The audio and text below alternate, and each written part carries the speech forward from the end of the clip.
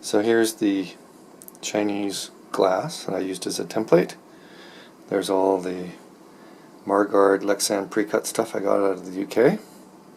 I'm sending all the stuff in today for the 3M Crystalline CR90 film to be put on this stuff. Here's the template that I've made that I will then trace onto the Margaurd. I've got thicker 8-inch Margaurd for the front windscreen, so it's more like 6mm versus 4 for the side and the rear windows. And so I'll trace this and cut it next. By the way, you know, when I put the film on, I have to be careful because Lexan sucks up, it's hydroscopic, it sucks up moisture, and so if you go from a wet environment to a hot environment, a dry environment, it'll actually bubble out and lift the film. So we'll see.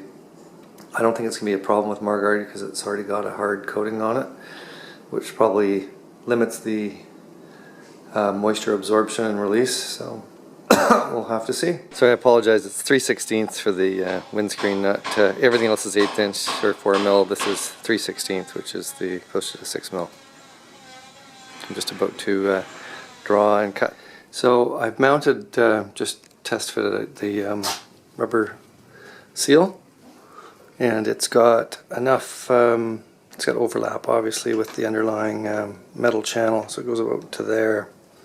I was just double checking that that template and the glass that I ordered was going to fit the car. You know, there's always that chance. It looks like it's all good. So I'm going to cut now. So it's like measure twice, cut once. I've got the black line here, and then this is just to protect. I don't want to scratch through. So that's just to protect in case the saw creates any abrasion marks. So that's what I'm about to do now, is to breathe deep and then cut this out. And then I'll just carefully, with a palm sander, sand the edges smooth and round them off a little bit. Well, it's remarkable how well this stuff cuts with a simple jigsaw. It's like the edges are smooth, buttery smooth. Anyway, I'll profile them anyway. I don't want a sharp edge. I want it rounded off, so I'll profile it a bit with the sander carefully, and then I'm going to take all the windows in for the tint work later today. So I've started the task of getting the center console going now that the windows are in for the 3M film to be applied. I've got two voltmeter gauges. They're both pretty much perfect. This one's got a little bit of a blemish that's just moisture related. It's just I've been washing it, so it looked good, but both voltmeters look great.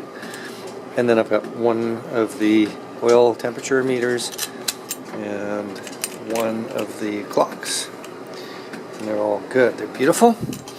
And then I now have an unmangled, I bought a second console, the one that's been hit by a lot of ultraviolet, because the other guy, the previous owner, had butchered it.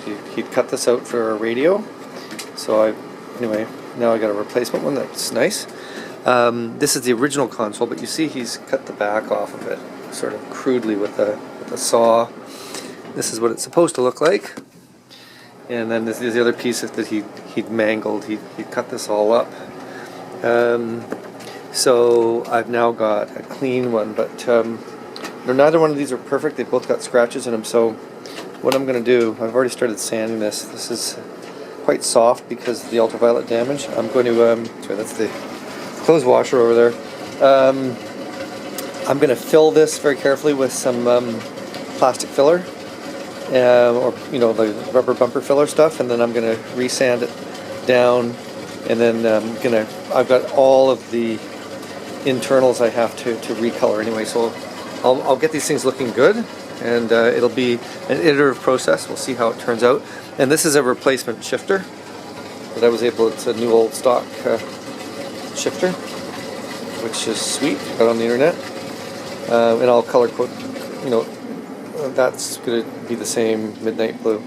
So anyway, I'm about to apply some color, some filler to these components here and see how they turn out after I fill them and sand them a bit. What's going to happen, by the way, is I'll lose some of the texture, the faux texture, and if I do, I'll equally sort of try to sand everything down so that it may not have any texture left on it. That may just be the penalty I pay for having to fill these things and get the nicks out of them. But I'd rather have the nicks out of them and have a smooth surface than have the original surface but all scraped up, if you know what I mean. And I think that, you know, it's not going to be that visible. It's down low. I don't think you're going to notice if the texture is missing if I have to sand the texture down. So I'm doing some prep work before I color code this stuff. I've been filling. I'm using this Bondo bumper repair, sort of flexible body filler, patching scratches and things. And I will have to remove the surface. I'm sanding it down. I've got 220, 320, and 400 grit right now, and I'm filling, and where I'm still a little low, you can see the filler still shiny. So I'm going to go around this and until it's perfect, and then I'll shoot it and see how well I did. Usually you've got to get paint on it before you can tell how well a job you did, but here's what it looks like before sanding. So I've gone around and I've put a very thin layer on areas where there's little scratches.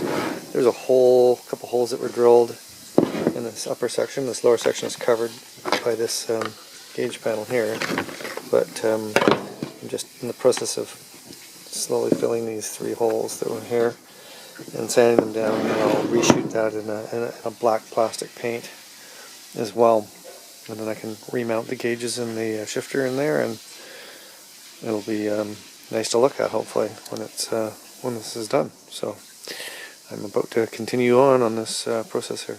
So I'm getting the handle of this now. It's pretty much like using out-of-body, the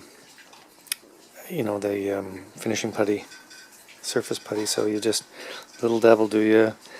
You start with your sanding and you find the low spots and you fill them, and then you wait until it hardens for 10 minutes, and then you go at it again, and you kind of progressively get to the point where the surface looks good. And you know, if everything's feathered, all the edges are feathered, and everything's profiled well, then hopefully you can shoot it and it'll look good once it's painted. And if it's not, you take another run at it. So usually it's an iterative process, but if I'm lucky, I'll have this done in the first go around.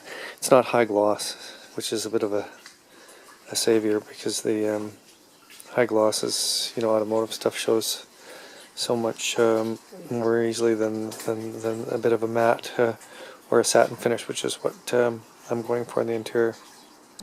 So here I am at the kitchen sink after doing the final 600, 1000, 1500 grit wet sanding. So I used the bumper filler, the Bondo filler, to smooth out a couple areas that had imperfections, gouges or whatever in them, and used 220, 320, 400 grit, and then 600 grit dry. There's a bunch of this part, the really light color, is sort of fairly badly oxidized plastic, and you can see I've sanded all over the place. It looks a bit weird right now, but it's ready for painting. So I'll let this dry tonight, and then I'll give it, I use a company called Parasol, actually out of Ontario, Canada.